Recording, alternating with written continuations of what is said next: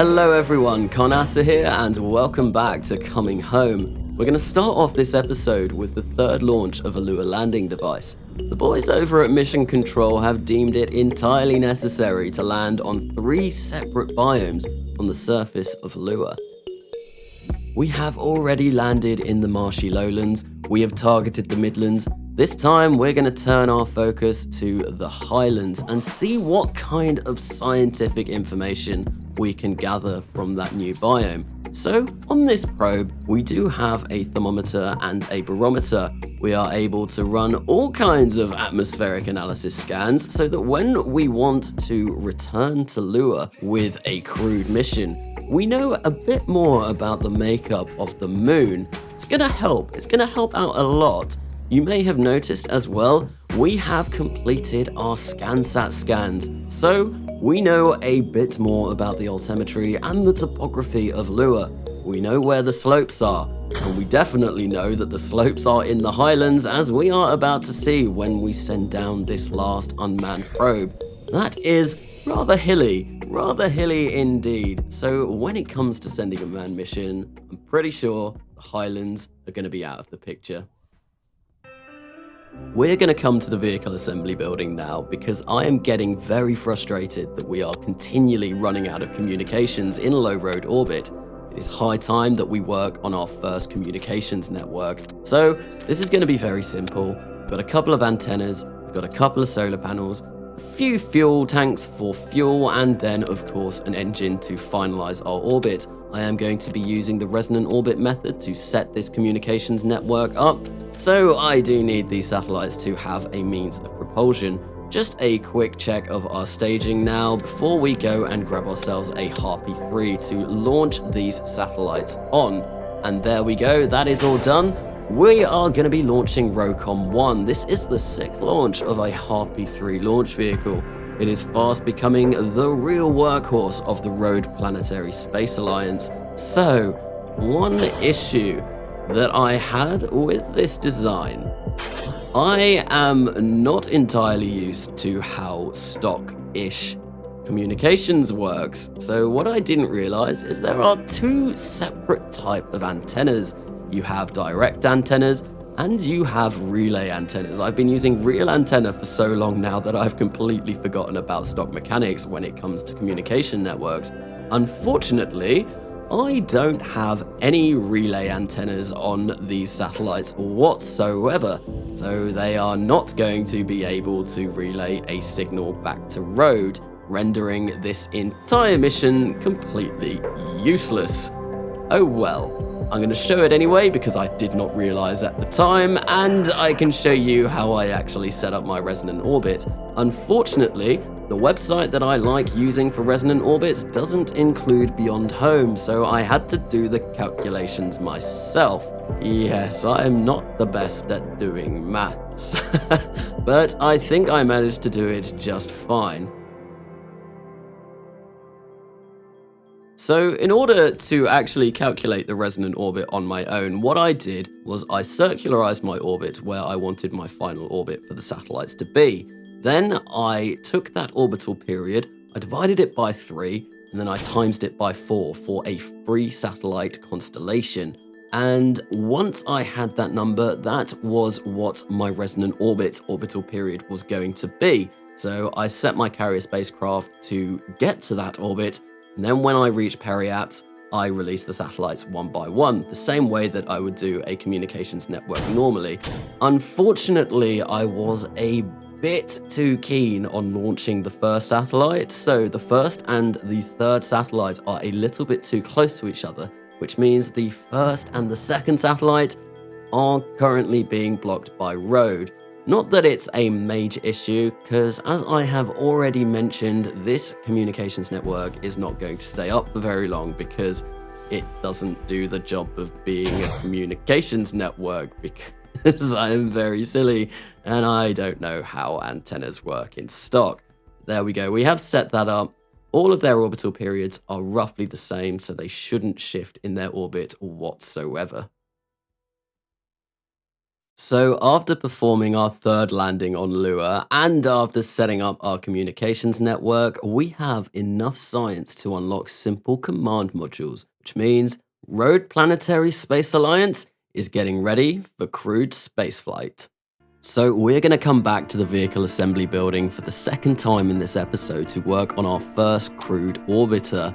It's going to be very simple. I only have the Mark 1 cockpit unlocked at the moment. We don't have a huge amount of variation in the parts that we do have. I am pretty much limited to 1.25 meter parts at the moment. I am very much looking forward to unlocking some bigger parts later on in this career, so we can definitely do some more interesting designs. What I've basically gone for here is just the Mark 1 capsule on the top. We have a parachute, we have a heat shield, and then we have a gigantic fuel tank with an engine at the bottom. It pretty much is a death stick. I probably wouldn't want to ride this to orbit personally because I can't imagine this being particularly safe. We don't have a launch abort system or anything like that because we haven't actually unlocked those yet. I have gone in and I have added in that Science Lab Junior just so that we can gain as much science from this orbital mission as we possibly can. However, this is going to lead to a few issues later on that we will see. And after doing that, well, it's just slapping decals all over this thing and then going and grabbing some modular launch pads, which I have since gone in and grabbed for my download because I kind of missed them. And I think they really add that finishing touch to a launch vehicle. Here we have Rhode 1. Ziggy Kerman has been prepped for the launch. He has undergone all of the safety checks.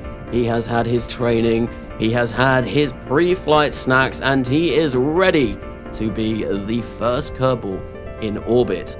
Well, he isn't really going to be the first Kerbal in orbit, because if we go on the history of this series, Kerbal kind did once leave Kerbin to make their way over to Rhode. They have just lost the technological prowess that they had when they were able to do that. Settling down on a new planet sometimes does that to a civilization. Yes, we went into a bit of a dark age, but Ziggy Kerman is going to be the first Kerbal to re-enter space after a long hiatus of not doing anything. But there we go.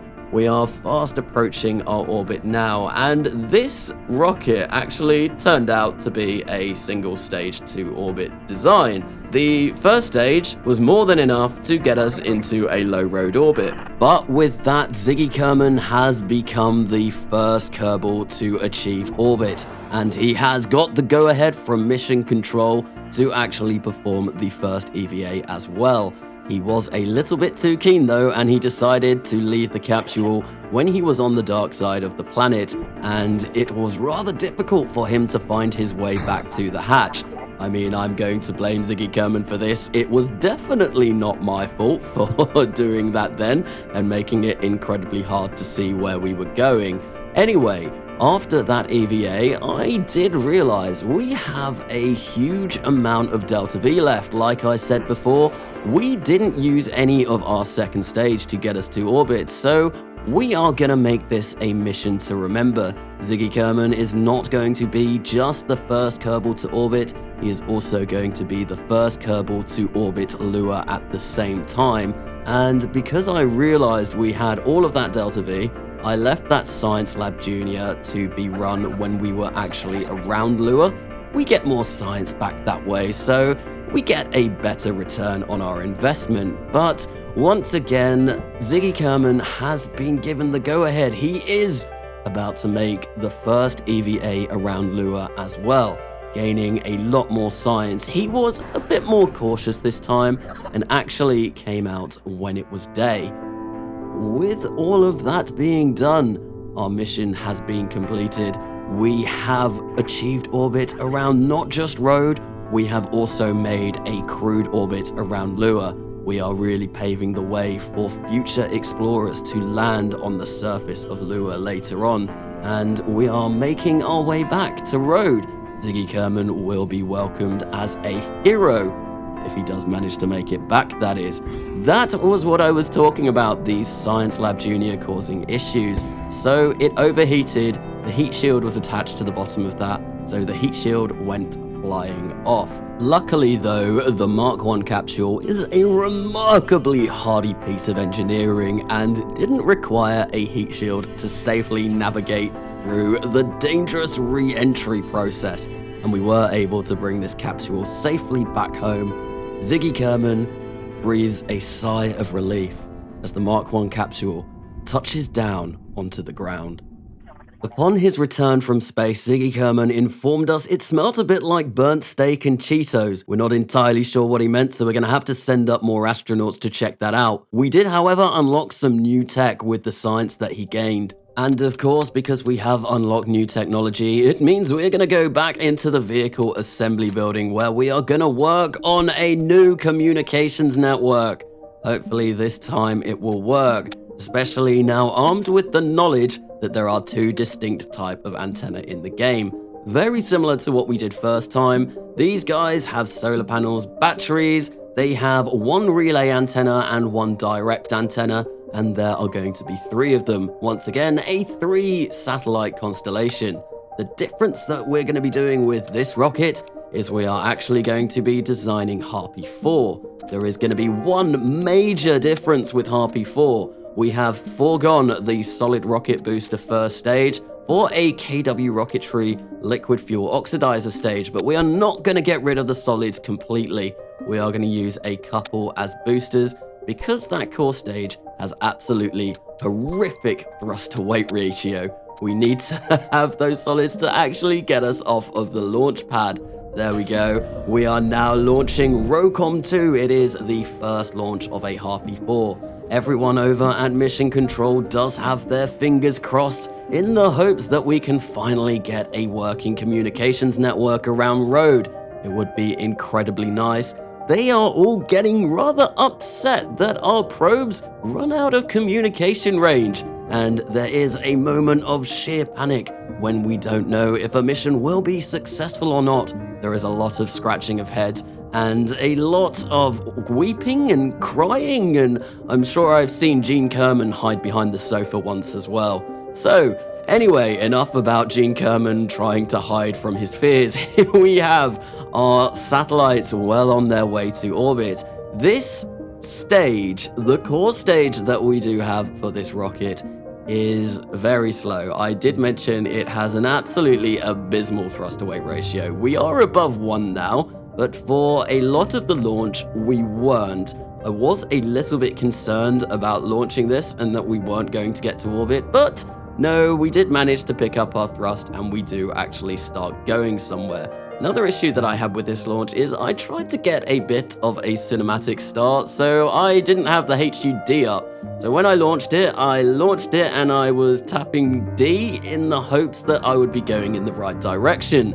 Unfortunately, I was not, so our inclination got all kinds of messed up, which is why you could see me kind of wobbling this rocket all over the place. But we did eventually manage to get into orbit. We once again set up our resonant orbit. I haven't shown that again because we've already seen that once this episode. And then we're going to release our satellites one by one so that we can put them in a perfect 120 degrees of each other. So it worked. We managed to get a comm network up. The only problem now is that this orbit is too high, and those relay antennas cannot reach probes that are in a low Rhode orbit.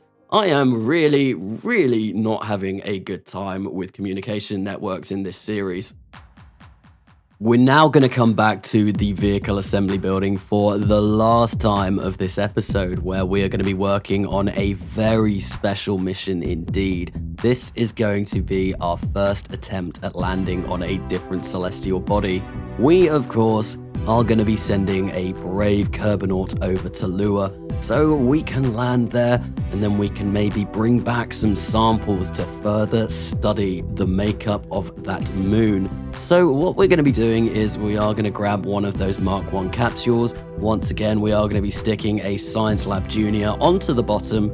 We're going to get some of those mystery goo experiments, and then we're just going to whack this capsule up with as much fuel as we can possibly carry. Of course, we're going to need some solar panels on there so that we can actually gain power whilst we are landed on the surface of Lua, some batteries, I also have a couple of flashing amber strobe lights. I thought they kind of looked cool, so I would go with them and have some lights on this craft. You can see we have now actually unlocked slightly larger fuel tanks, although I am still having to use tweak scale to make them the correct size that I need for this launch vehicle. So this launch vehicle is going to be powered by a Bobcat on its first stage, and we have a Poodle for the upper stage of this vehicle. And because of that, it is going to be an entirely new family of launch vehicle, which I am going to name the Scylla family.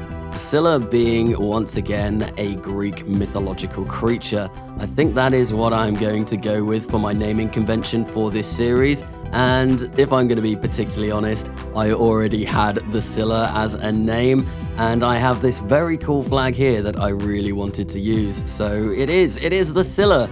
And I really liked it, and I thought it kind of fit, I guess. So that is basically the new launch vehicle. One thing that I wasn't really happy with was the actual kind of payload, the upper stage of this craft. I thought it looked very messy compared to the rest of the vehicle, so I decided to actually grab one of those new interstage adapters and tuck most of that away. But with that, we are finished with this vehicle and we are ready to launch to Lua. We have Bobby Kerman at the wheels. Is it even a wheel? Do you use a wheel to fly a spacecraft? I'm not entirely sure. I'm fairly sure you don't, but Bobby Kerman is at the helm of this spacecraft, and we are now making our way to orbit. She has been once again given all of the necessary training. She's been given a pep talk from the guys over in Mission Control. They are cheering her on from the safety of the planet Rhode. None of those particularly want to go up into orbit. They are leaving the dangerous job to the brave Kerbanaut. But we are now just finishing our orbit, and I have tried to get a bit more of a cinematic series of shots for this, being it the first kind of major mission, I guess, for this series. So you can see we are now on our way over to Lua. We have made our orbit, and we are going to visit that moon yet again for the second time with a crew, except this time we are going to try and touch down upon its surface. I was going to say icy surface then. I'm not entirely sure if it's icy or not. I should really be paying more attention to the thermometer readings that we have taken. But you can see we are going to try and attempt to land in this crater over here with the island in the middle of this ocean. Thought it was probably going to be a lowlands biome, and like we have gathered from our research, we know that the lowlands biome is incredibly suitable for a manned mission down to the surface. The pressure is a lot higher, the temperature is a lot nicer, and it will just be, in general, a lot nicer for Bobby Kerman to actually step out of that capsule when hopefully she does land on the surface. There we go, we have dropped that second stage, and now the lander is making its final descent onto the surface of Lua.